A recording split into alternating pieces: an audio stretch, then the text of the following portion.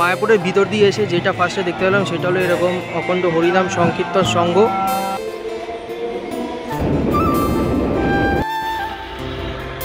Finally welcome to Mayapur.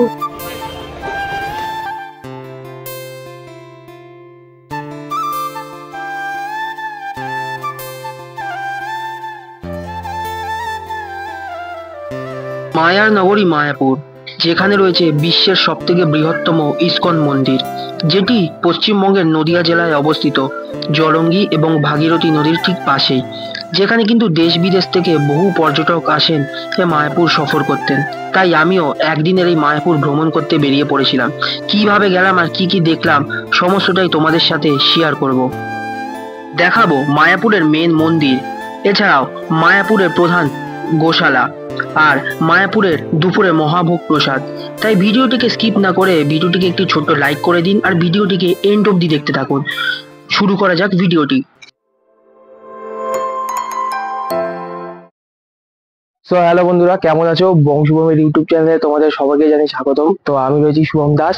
আজকের তারিখ হচ্ছে 10/11/2024। তো আমি জার্নি করবো হচ্ছে শিয়ালদা থেকে কৃষ্ণনগর অবধি। শিয়ালদা থেকে কৃষ্ণনগর লোকাল গাড়ি নাম্বার 31817-এ আজকে আমি জার্নি করবো। তো থাম্বনেল আর টাইটেল থেকে আশা করি বুঝেই গেছে ভিডিওটি কিসের ওপর হতে চলেছে। এই মুহূর্তে রয়েছি আমি আগরপাড়া স্টেশনে। তো 7:15 আমার ট্রেন রয়েছে। ঘড়িতে বাজে এখন 7টা 9, আর কিছুক্ষণ বাদেই আমার ট্রেন। যাই, ট্রেন ধরবো।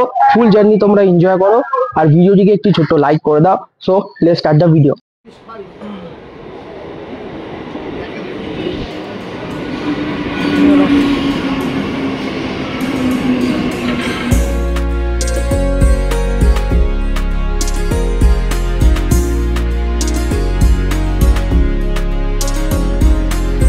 তোমরা কিংবা আপনারা কিন্তু দুভাবে মায়াপুর পৌঁছাতে পারবেন, এক শিয়ালদা হয়ে, দুই হাওড়া হয়ে।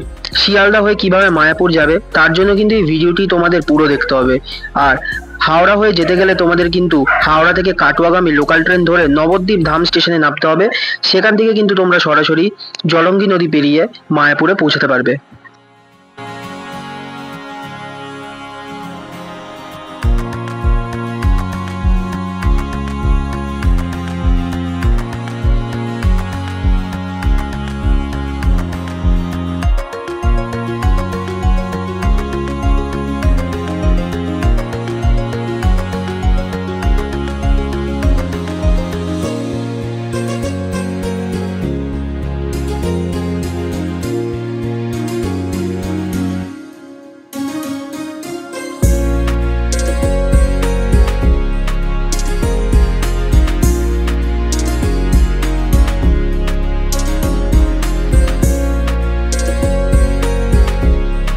তো শেষমেশ 2.5 ঘন্টার জার্নি করে কৃষ্ণনগর স্টেশনে নামলাম। আর আজকে জগদ্ধাত্রী পুজোর জন্য ট্রেনে যা ভিড়, বসার জায়গাই পাইনি। তো শেষমেশ বন্ধুরা 2.5 ঘন্টার জার্নি কমপ্লিট করে কিন্তু পৌঁছে গেছি কৃষ্ণনগর সিটি জাংশনে।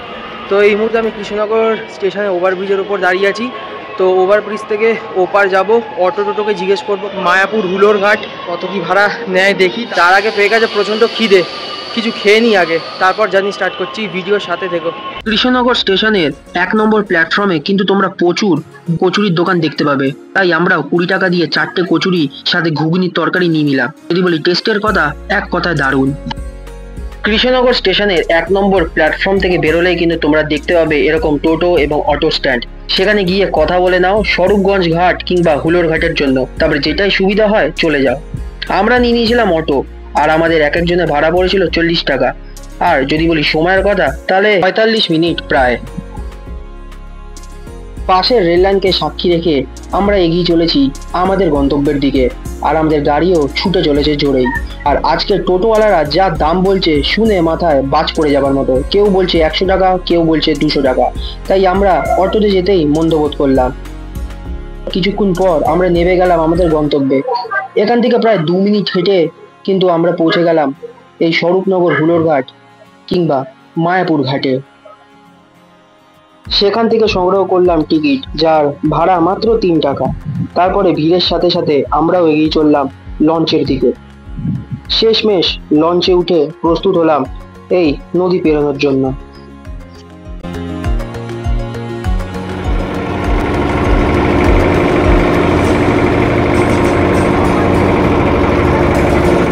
মাত্র 3 থেকে 4 মিনিট লাগবে এই নদী বেরোতে। তারপর বাইরের দিক থেকে বেরিয়ে চলে যান এখানকার টোটো স্ট্যান্ডের দিকে। আর বাইরে বেরোলেই আপনারা দেখতে পারবেন এরকম টোটো স্ট্যান্ড, সেখানে ইসকন মন্দির বললে আপনাদের নিয়ে যাবে, যার মাথা পিছু ভাড়া 10 টাকা। আপনারা চাইলে হেঁটেও যেতে পারেন, তবে হেঁটে লাগবে 5 থেকে 10 মিনিট। এখানেও টোটোওয়ালারা যা দাম বলছিল আমরা তাদের রাজি হইনি, তবে 10 টাকায় শেষমেশ রাজি হয়ে চললাম ইসকনের পথে। আর কিছুক্ষণ পরেই আমরা পৌঁছে গেলাম মায়াপুরে।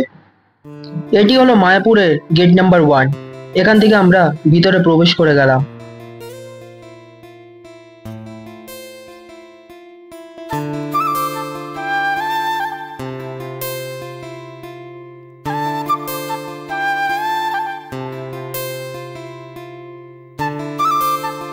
তো বন্ধুরা, প্রায় অনেকক্ষণ জার্নি করার পর কিন্তু মায়াপুরে অ্যাটলিস্ট এসে পৌঁছালাম। মায়াপুরের ভিতর দিয়ে এসে যেটা ফার্স্টে দেখতে পেলাম সেটা হলো এরকম অখণ্ড হরিনাম সংকীর্তন সংঘ। এখানে কিন্তু প্রায় 24 ঘন্টায় কীর্তন বা ভজন ঠাকুরের নাম হতেই থাকে। আর এখানে যেতে গেলে জুতো খুলে ভিতর দিয়ে যেতে হবে। আর এই অখণ্ড সংকীর্তন হরিনাম সংঘের ঠিক সামনেই রয়েছে মায়াপুরে ভোগ প্রসাদ গ্রহণের কাউন্টার গদা ভবন, গীতা ভবন এবং নামহট্ট ভবনে। এখান থেকে কিন্তু তোমরা সরাসরি টিকিট কেটে ভোগ গ্রহণের সুযোগ করে নিতে পারবে। আর আমি দামও ডিসপ্লেতে মেনশন করে নিলাম, তাই আমরাও এখানে গীতা ভবনে কিন্তু টিকিটের লাইনেও দাঁড়িয়ে পড়েছিলাম। আর এখানে রয়েছে মন্দিরের টেমপ্লেট, যেখানে কখন কোন অনুষ্ঠান হয় সব বিষয় বলা। সো এইটা হলো বন্ধুরা মায়াপুরে সেই বিখ্যাত ইসকন মন্দির, যার কাজ কিন্তু প্রায় শেষের দিকে। 2010 থেকে কিন্তু এই মন্দিরের তৈরির কাজ শুরু হয়ে আসছে। আর সবাই বলছে নাকি 2025 এপ্রিল মাসের মধ্যে এই ইসকন খুলে দেওয়া হবে, যার ভিতরে প্রায় 10,000 ভক্ত কিন্তু বসতে পারবে। তো দেখা যাক কতদূর কি কাজ এগোয়। যদি এপ্রিল মাসে 2025-এ এটির উদ্বোধন করা হয়, তাহলে এসে আর একটা নতুন ভিডিও করা হবে। আর সামনে বোর্ডের মধ্যে যার ছবি আপনারা দেখতে পাচ্ছেন, তিনিই কিন্তু এই মেন ইসকন মন্দিরের প্রতিষ্ঠাতা শ্রীলা প্রভুপদ। আর কিছুটা দূর এগোতে কিন্তু আমরা দেখতে পেলাম এখানে ঠাকুরের নাম চলছে, তাই দাঁড়িয়ে কিছুটা সময় কাটিয়ে নিলাম।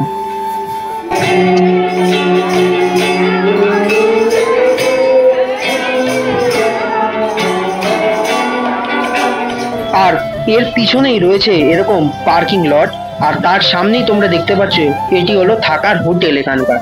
আর এই হলো মায়াপুরের চন্দ্রোদয় মন্দির। আর এর ভিতরেও রয়েছে আর এক মন্দির, যেখানে তোমাদের কিন্তু মোবাইল ফোন জমা রেখে ভিতরে যেতে হবে। আর ভিতরে গেলে কিন্তু মন একদম অন্যরকম হয়ে যাবে, কারণ চারদিকে শুধু কীর্তন আর কীর্তন। আজকে যে লেভেলের গরম আর সেই লেভেলের রোদ্দুর। আজকে 10ই নভেম্বর, জগদ্ধাত্রী পুজো, যার জন্য মায়াপুরে কিন্তু বিশাল ভিড়। তো আমরা টিকিট কেটেছি গীতা ভবনের। 1টা নাগাদ যাবো গো। টিকিটের প্রাইস পড়লো প্রায় 60 টাকা। আর আমরা গীতা ভবনে যাওয়ার সময় কিন্তু দেখতে পেলাম এখানে গদা ভবন গেস্ট হাউস বা রিসেপশন। আপনারা যদি কেউ মায়াপুরে থাকতে চান, তাহলে আপনারা কিন্তু এখানেও রুম বুক করে থাকতে পারেন। তার কিছুটা দূর যেতেই আমরা দেখতে পেলাম গীতা ভবনের, যার সামনেটা ছিল ঠিক এই রকম। আর গাছপালা দিয়ে খুব সুন্দর গার্ডেনগুলোও সাজানো। তো বন্ধুরা, এটা হলো কিন্তু গীতা ভবনের ভিতরে যাবার মেন রাস্তা। আর এখানে আমরা জুতো খুলে জমা রেখে দিয়েছিলাম, যার জন্য কোনো টাকা লাগেনি, আমাদের হাতে এরকম টোকেন দিয়ে দিয়েছিল। তারপর আমরা হাত ধুয়ে এগিয়ে গেছিলাম গীতা ভবনের দিকে। এই হলো গীতা ভবনের ভিতরটা, যেখানে কিন্তু প্রায় 500 থেকে 600 লোক আরামসে বসে খেতে পারবে। আর সর্বপ্রথম আমাদের দিয়ে দিয়েছিল থালা, তারপর এরকম জলের গ্লাস, তারপর চলে এলো বেগুনি, এবং তারপর ভাত, সাথে একটা মিক্স ভেজ তরকারি এবং ডাল। মেখে খেতে কিন্তু বেশ ভালোই লাগছিল। যেই লেভেলের গরম ভাত ডাল ছিল সেই কিন্তু টেস্ট। আর সাথে চলে এলো মটর পনিরের সবজি, আর পনিরের টেস্টটাও কিন্তু বেশ দারুণ ছিল। আর সবশেষে গরম গরম পায়েস। 60 টাকায় এই মহাভোগ প্রসাদ গ্রহণ করে কিন্তু বেশ ভালোই লাগলো। তারপরে কিছুক্ষণ রেস্ট নিয়ে আমরা আবার এগিয়ে চললাম মায়াপুরের মেন মন্দিরের দিকে। আর আজকে শুধু ভিড়টা দেখো বন্ধুরা, যেই লেভেলের ভিড় আর সেই লেভেলের গরমও ছিল। তো তারপরে আমরা এগিয়ে চললাম গোশালার দিকে। গোশালা কিন্তু প্রায় খুব বেশি হলে 10 মিনিটের দূরত্বে। তোমরা চাইলে টোটো করেও যেতে পারো, যার ভাড়া পড়বে মাত্র 10 টাকা। আর এই হলো গোশালয়ের মেন প্রবেশ পথ। এখান থেকে আমরা ভিতরে চলে গেলাম, আর তারপর সিঁড়ি দিয়ে আমাদের ওপরে উঠতে হয়েছিল। তারপরে দেখতে পেলাম এরকম খুব সুন্দর সুন্দর গরু, যাদের যত্ন কিন্তু বেশ ভালোই তারা করে। আর এই জায়গাটাও কিন্তু বেশ ভালোই ছিল।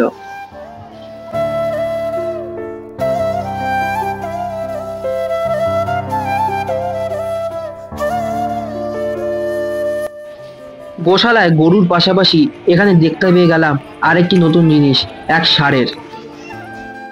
তারপর গোশালা দেখা কমপ্লিট করে এগিয়ে চললাম মেন মন্দিরের দিকে। তখন আমরা কোনো কারণে হলেও যেতে পারিনি। তো মেন মন্দিরের দিকে আস্তে আস্তে এগিয়ে গেলাম, আর দেখতে পেলাম সেটা হলো এখানে একটি ডিজিটাল থিয়েটার খোলা হয়েছে, যেখানে শ্রীকৃষ্ণের সমস্ত জীবন কাহিনী সমুদ্র মন্থন থেকে শুরু করে সবকিছু লেজার শো এর মাধ্যমে দেখানো হয়। আর এখানে শো এর টাইম টেবিলও দেওয়া রয়েছে। তবে আপনারা কিন্তু এই থিয়েটারের ভিতরে মোবাইল নিয়ে প্রবেশ করতে পারবেন না, আর রেকর্ডও করতে পারবেন না। এই থিয়েটারে ঢোকার টিকিট প্রাইস মাত্র 40 টাকা। এরপরে আমরা চলে এলাম মায়াপুরের মেন মন্দিরের সামনে, যার ভিতরে কিন্তু শ্রীকৃষ্ণের বিভিন্ন কাহিনী আর ইসকনের প্রতিষ্ঠাতা স্বামী প্রভুপদের বিভিন্ন জীবন কাহিনী তুলে ধরা হয়েছে। তবে দুঃখের বিষয়, এখানে মোবাইল নিয়ে প্রবেশ করা অ্যালাউ নয়। আর এর ঠিক বাইরেই রয়েছে এরকম কাউন্টার, যেখানে তোমরা গীতা থেকে শুরু করে ঠাকুরের বিভিন্ন ফটো এছাড়াও শুকনো প্রসাদ কিনতে পারবে, যার দাম 60 টাকা, 100 টাকা এবং 120 টাকা। তো সব মিলিয়ে আজকের দিনটা কিন্তু মায়াপুরে বেশ ভালোই কাটালাম। অনেক জায়গায় ঘুরলাম এবং তোমাদেরকেও ঘোরালাম এবং অনেক কিছু ব্যাপারেও বললাম। আর মিস করলাম সন্ধ্যের আরতিটা, তবে সেটা অন্য ভিডিওতে হবে। তো আমাদেরও কিন্তু ট্রেনের সময় হয়ে আসছিল, তাই আমরাও এগিয়ে যাচ্ছিলাম আমাদের বাড়ির দিকে। তো আশা করি বন্ধুরা, মায়াপুরের এই ভ্রমণ পর্ব তোমাদের খুব ভালো লেগেছে। যদি ভালো লেগে থাকে তাহলে ভিডিওটিকে একটি ছোট লাইক করে দাও, আর চ্যানেলে নতুন থাকলে চ্যানেলটিকে সাবস্ক্রাইব করে দাও, আর পাশের বেল আইকনকে প্রেস করে দাও, আর বন্ধুদের মাধ্যমে এই ভিডিওটি শেয়ার করে দাও। তো দেখা হবে নেক্সট ভিডিওতে। ততক্ষণে ভালো থেকো সবাই, টাটা।